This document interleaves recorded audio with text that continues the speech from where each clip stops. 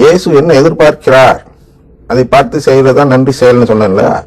அதுல ஒண்ணு வந்து திருப்பலிக்கு வர வேண்டும் என்று எதிர்பார்க்கிறார். நாமெல்லாம் திருப்பலிக்கு வர வேண்டும், நன்றி துதி பாட வேண்டும் என்று இயேசு எதிர்பார்க்கவே இல்லை. சரியா? நீங்களா விரும்பி ஒரு இன்னொரு வழியை ஏற்படுத்தி மக்கள் எல்லாம் அதில் அழைச்சிட்டு போயிட்டு எல்லாம் திருப்பலி விட்டு வருவாங்களா, எல்லாம் ஜெபமாலை சொல்றது நிறுத்துங்கடா அப்படின்னு சொல்ற மாதிரி ஒரு இயக்கம் வந்து இப்போ என்ன செய்து விட்டது? ஜெபமாலை எல்லா ஒரு வீட்டிலும் முற்றிலுமாக முடிந்து விட்டது. எனக்கு தெரிஞ்ச இன்னும் ஒரு வீடு கூட காணவில்லை அன்றைய நாட்கள் போல் இன்று ஜெபமாலை சொல்லக்கூடிய வீடுகள். நாங்க ஜெபமாலை சொல்றோம் நிறைய பேர் சொல்லுவாங்க. கடைசியில பார்த்தா 5 பேர் இருக்க வீட்டுல ஒருத்தர் உட்காந்து ஜெபம் சொல்றவங்க இருக்கிறாங்க. அதுக்கு பேர் ஜெபமாலை இல்லை, குடும்ப ஜெபமாலை. அதுதான் நன்றி ஜெபம். குடும்பமே கூடி ஜெபிக்க வேண்டும். அது எப்படி மாறி போச்சு? அருங்குடை இயக்கம். 5 பேர் இன்னைக்கு இருந்தா ஒரே ஒருத்தர் ஜெபமாலை சொல்கிறார். மற்ற எல்லாம் உள்ள 4ல ஒரு 3 பேராவது இந்த நபரை போன்ற நன்றி ஜெபம் சொல்வார்கள், துதி ஜெபம் சொல்வார்கள். தனியா உட்காந்துக்கிட்டு சொல்லி நான் துதி ஜெபம் சொல்லிட்டேன், அதனால ஜெபமாலை எல்லாம் வேணாம். ஜெபமாலை எல்லாம் மனன ஜெபம், அதெல்லாம் ஒன்றும் அர்த்தம் இல்லை. நான் வந்து சொந்த வார்த்தையை போட்டு சொந்தமா ஜெபம் சொல்லியிருக்கேன் 1 மணி நேரம் அப்படின்னு. ஜெபமாலையை விட அருங்குடை ஜெபம் என்பது உயர்ந்தது என்ற ஒரு கோட்பாடை, ஒரு ஒரு நம்பிக்கையை, கோட்பாடுனா போலி கோட்பாடு அப்படின்னு வச்சுங்க, ஒரு போலி நம்பிக்கையை அருங்குடை இயக்கம் வளர்த்து வருகிறது. அதற்கு எதிராக சொல்லப்பட்டதுதான் அதை சொல்லாதீர்கள் என்ற அந்த கருத்து. அதை புரிந்து கொள்ள வேண்டும். அதனால் நன்றி சொல்லணுமா, நீ வந்து திருப்பலிக்கு போ, ஜெபமாலை சொல்லு. என்ன ஜெபமாலையில இருக்கிறது? இறந்து போன ஆன்மாக்களுக்காக ஜெபிக்கும் ஜெபம். ஒருவர், ஒரு கப்புச்சின் ஃபாதர் ஜெபமாலை குறித்து ஒரு பெரிய புக் எழுதிட்டு வந்திருக்கார். கப்புச்சின்னா பிரான்சிஸ்கன் ஃபாதர். பிரான்சிஸ்கன் என்ன? அசிசியாரை கடைபிடிப்பவர். அசிசியார் யாரு என்று பார்த்தால் அவர் சொல்கிறார் இயற்கையை நேசிப்பவர். அசிசியார் இயற்கையை நேசிப்பவர் தான். ஆனால் அதனால் அவர் பிரான்சிஸ்கன் அல்ல. அவர் எதனால் பிரான்சிஸ்கன் என்றால், மண்ணுலக தந்தையை தன் தந்தையாக ஏற்காமல் நம்முடைய கடவுளாக இருக்கக்கூடிய தந்தையை உண்மையான கடவுளாக ஏற்று அதன் மூலம் அனைத்து கடவுளின் படைப்புகளையும் தன் சகோதர சகோதரியா பார்க்கிறார். அப்ப இந்த சகோதர சகோதரியா பார்ப்பது என்பது இவர் கடவுளை தன் தந்தையாக ஏற்றுக்கொண்டார் என்பதற்கு அடையாளமாக இருக்கிறது. அதே கொள்கையை யாரெல்லாம் கடைபிடிக்கிறார்களோ அவர்கள் தான் பிரான்சிஸ்கன். இந்த ஃபாதர் என்ன பண்றாரு, அதை மறந்துட்டாரு. ஏதோ இயற்கையை நேசிச்சு ஒரு ஜெபமாலை புத்தகம் எழுதுறார். இயற்கை தியானிக்கிறது. அது 10 மணிக்கு ஒரு இயற்கை ஒரு கருத்து, 1 மணிக்கு ஒரு கருத்து, இயற்கை குறித்து தியானிப்பது. சரியா? அந்த ஃபாதர்ட்ட போய் ஜெபமாலை என்பது இறந்தவர்களுக்காக சொல்லப்படும் ஜெபம் என்று அதில் ஏதாவது இந்த புத்தகத்தில் சொல்லியிருக்கீங்கன்னா 2 நிமிஷம் உட்கார்ந்து யோசிக்கிறார். என்ன யோசிக்கிறார்? அவருக்கே தெரியல இறந்தவர்களுக்காக சொல்லப்படும் ஜெபம் ஜெபமாலை என்று அவருக்கே தெரியாமல் அவர் யோசிக்கிறார். அப்படின்னா அந்த புத்தகத்துல கருத்து இல்லைன்னு அப்புறம் சொல்கிறார். இல்ல அதெல்லாம் வந்து நோக்கம் இல்ல, இயற்கையை நேசிக்கிறதுக்கும் ஜெபமாலைக்கும் தொடர்பு இருக்கிறது என்று ஒரு கருத்தை சொல்வதற்கு தான் இந்த நூலை எழுதியிருக்கிறேன் என்று சொல்கிறார். ஏன் அவர் மறந்து விட்டார்? இது ஆன்ம மீட்புக்காக சொல்லப்படும் ஜெபம் என்று ஏன் மறந்து விட்டார் என்றால், அவருக்கு அந்த நன்றி உணர்வு இல்லை.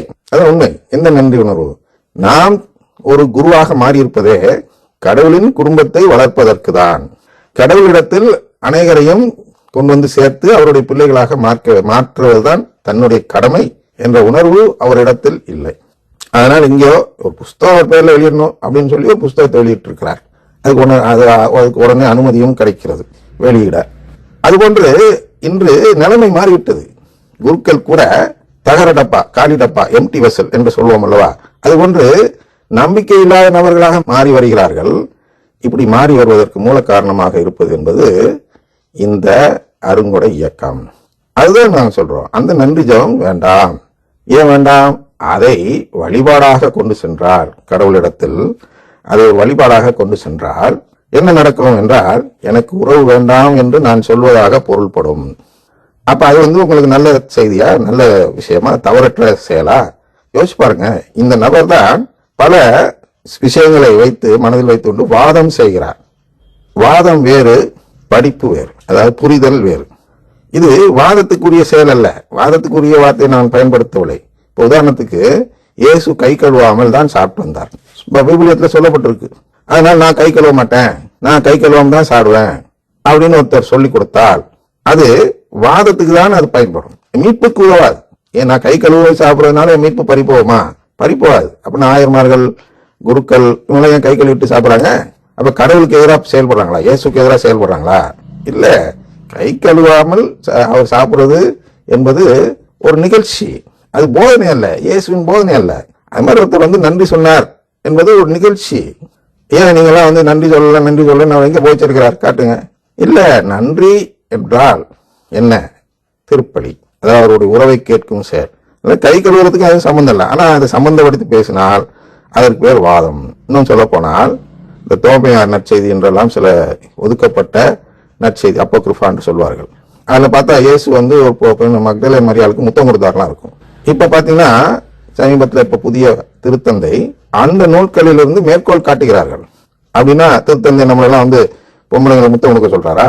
இல்லை, அதுக்கெல்லாம் நம்மளுக்கு வந்து கவலை இல்லை. அதெல்லாம் என்ன பிரச்சனைனா மீட்புக்கான வழி இல்லை, அதை நாம் பார்க்க வேண்டும்.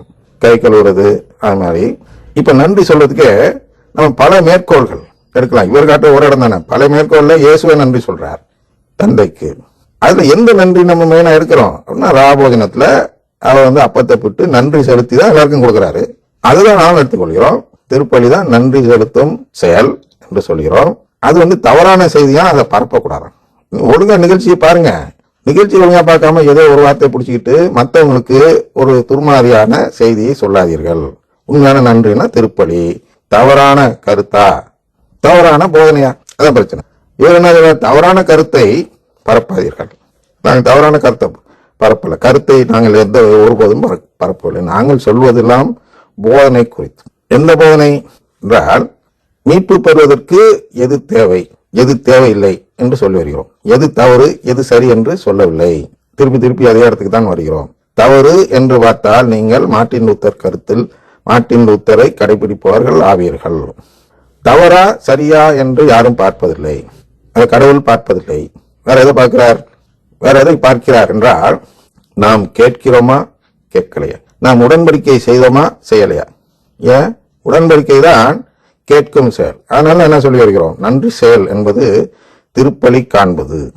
ஏன்? திருப்பலியில தான் உடன்படிக்கை இருக்கிறது. திருப்பலியை காண வேண்டும். அதன் பின் அந்த நாள் முழுவதும் அந்த திருப்பலி கண்டதனால் வரக்கூடிய அந்த நற்செய்தியை வாழ்ந்து காட்ட வேண்டும். திருப்பலியை அந்த நாள் முழுவதும் என்ன செய்ய வேண்டும். அப்படி வச்சுங்க. அதாவது தொடர்கிறது. என்ன தொடர்கிறது? திருப்பலி முடிந்தது சென்று வாருங்கள் அப்படின்னு சொல்ற இடத்துல திருப்பலி தொடர்கிறது சென்று வாருங்கள் சரியான வார்த்தை என்று பயன்படுத்துவார்கள். அதனால அது அவங்களுக்கு தெரியும். சென்று வாருங்கள் திருப்பலி முடிந்தது என்று சொல்லாதவர்கள் ஏன் சொல்வதில்லை என்றால் அவர்களுக்கு திருப்பலி முடிவதில்லை. நமக்கும் அதான், நமக்கும் திருப்பலி முடிவதில்லை. வாழ்நாள் முழுவதும் அந்த நாள் முழுவதுமே நாம் நற்செய்தியை வாழ்ந்து காட்டினால் திருப்பலியை நிறைவேற்றி முடிக்கிறோம். அதுதான் நன்றி செயல். நீ நாள் முழுவதும் நற்செய்தி வாழ்ந்து காட்டு, அது நன்றி செயல். திருப்பலி கண்டுவிட்டு திருச்சபையோடு ஒன்றித்து வாழ வேண்டும். ஆனால் அங்கே திருவிவிலியம் என்று சொல்லி நற்செய்தி வாழ்ந்து காட்டுவதாக சொல்லிட்டு அருங்கொடை இயக்கத்தில் என்ன செய்கிறார்கள் என்றால் அந்த திருவிவிலியத்தை படித்து மனனம் செய்வார்கள். அதை வாழ்நாளில் வாழ்ந்து காட்ட மாட்டார்கள். ஏன் எப்படி சொல்கிறோம்? வாழ்நாளில் வாழ்ந்து காட்டுவதாக இருந்தால் அவர்கள் என்ன செய்ய வேண்டும்? ஜெபமாலை சொல்ல வேண்டும். நாள் முழுவதும் ஜெபமாலை சொன்னால் அவர் நம்மளோட சிறந்தவர். அவங்க எங்க போறாங்க? இந்த நன்றி ஜெபத்துக்கு போய் தங்கள் நேரத்தை எல்லாம் வீணாக்குகிறார்கள். ஏன்னா அந்த நன்றி ஜெபம் இறந்தோருக்கு மீட்பு பெற உதவுவதில்லை. அது ஜெபமாலை என்பது இறந்தோர் மீட்பு பெற, அதாவது இறந்து மீட்பு பெறாத நிலையில் இருப்பவருக்கு மீட்பு கிடைக்க உதவுகிறது என்று சொல்லிதான் ஜெபமாலையை அன்னை மரியாள் நமக்கு தந்திருக்கிறார்கள். இதுதான் வரலாறு. அந்த ஜெபத்தை விட்டுட்டு நன்றி சொல்றதுனால மீட்பு பெறுகிறது அல்லது கடவுள் குடும்பத்தில் சேர்கிறது என்று யோசிச்சு பாருங்க. அப்ப நீங்களே ஒரு விஷயத்த, நல்ல விஷயத்தை நீங்கள் தவறான செய்தி என்று சொல்லி, தவறான கருத்து என்று சொல்லி சொன்னால் என்ன நடக்கிறது என்றால் சிசிசி 2779 படி நீங்கள் சிலை வழிபாடு செய்வதற்கு வழி சொல்கிறீர்கள்.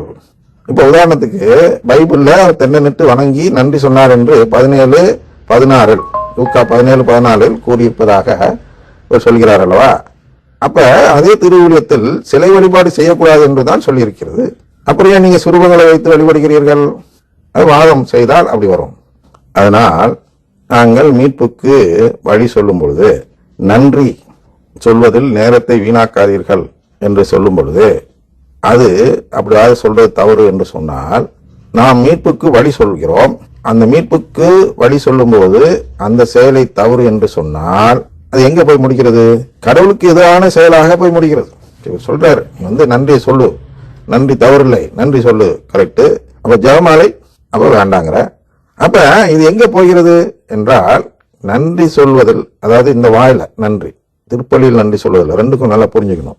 அந்த நன்றியை தான் இயேசு எதிர்பார்க்கிறார். திருப்பலி கண்டு நன்றி தெரிவிப்பதுதான் இயேசு நன்றி சொல்வதாக எதிர்பார்க்கிறார். இயேசு மட்டுமல்ல, கடவுளும் சேர்ந்து. நீ அந்த நன்றி சொல்லாமல் இந்த நன்றி சொல்லு என்று சொல்லிக் கொடுத்தீர்கள் என்றால் நீங்கள் என்ன செய்கிறீர்கள்? கடவுளுக்கு எதிராக செயல்படுகிறீர்கள். ஞாபகம் வச்சுங்க. அதுதான் இப்ப பிரேசலாட் என்ற வார்த்தையை பயன்படுத்தாமல் இயேசுக்கு நன்றி என்று சொல்லலாமா என்று ஒருவர் கேட்டிருக்கிறார். அவர்களுக்கும் இது பதில் புரிந்திருக்கும் என்று நினைக்கிறேன். இயேசுக்கு நன்றி என்று சொல்வதால் என்ன பலன் இருக்கிறது என்று யோசித்து பாருங்கள். இயேசுக்கு நன்றி என்று யாரெல்லாம் சொல்கிறார்கள்? அதாவது பிரேசலாடு, இயேசுக்கு நன்றி, இந்த துதி ஜபம்லாம் யார் சொல்கிறார்கள் என்றால், கடவுளின் உறவு இல்லை என்று நம்பக்கூடிய மற்றவர்கள் சொல்கிறார்கள். கத்தோலிக்கர் அல்லாத மற்றவர்கள் என்றால் அருங்குடை இயக்கத்தினர்களும் கத்தோலிக்கர் அல்லாதவர்கள் தான், ஒட்டிக் கொள்பவர்கள், ஒட்டுண்ணி போல்.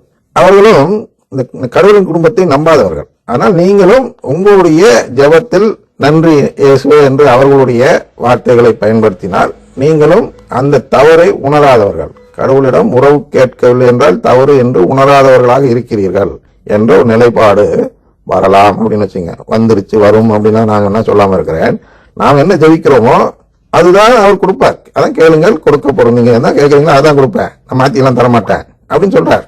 ஆனால் நீங்கள் உறவு வேண்டாம் என்று சொல்பவராக உங்களை காட்டிக்கொள்ள வேண்டும் என்றால் இது போன்ற செயலையெல்லாம் நீங்கள் செய்யலாம். உறவு வேண்டும் என்ற நபராக இருக்க வேண்டும் என்றால் நாம் முதலில் தினமும் திருப்பலிக்கு போக வேண்டும். தினமும் குடும்ப ஜெபமாலை சொல்ல வேண்டும். அந்த குடும்பத்திலே ஜெபமாலை சொல்ல வைக்க வேண்டும். இது ரெண்டு செய்தாலே என்ன நடக்கிறது என்றால் கடவுளுக்கு நாம் அன்றாடம் நன்றி சொல்கிறோம். இன்னும் என்ன சொல்ல வேண்டும் என்றால் லூக்கா 17:16 அவர் தெண்டனிட்டு காலில் விழுந்து நன்றி சொல்லும் செயலை விட மிக உயர்ந்த செயல் திருப்பலிக்கு போவதும் ஜெபமாலை சொல்வதும். எனவே அதை நோக்கி பாடுபடுங்கள். இது போன்ற நபர்கள் நம்மை குழப்பி விடுகிறார்கள் அல்லவா? இயேசு காலில் விழுந்தாரு, அதனால தவறில்லை, நீங்களும் தவறில்லாத செயல் செய்யுங்க அப்படி சொல்றவங்களாம் கேட்டுக்கிட்டு வழி மாறி போய்விடாதீர்கள் என்று கேட்டுக்கொள்கிறோம்.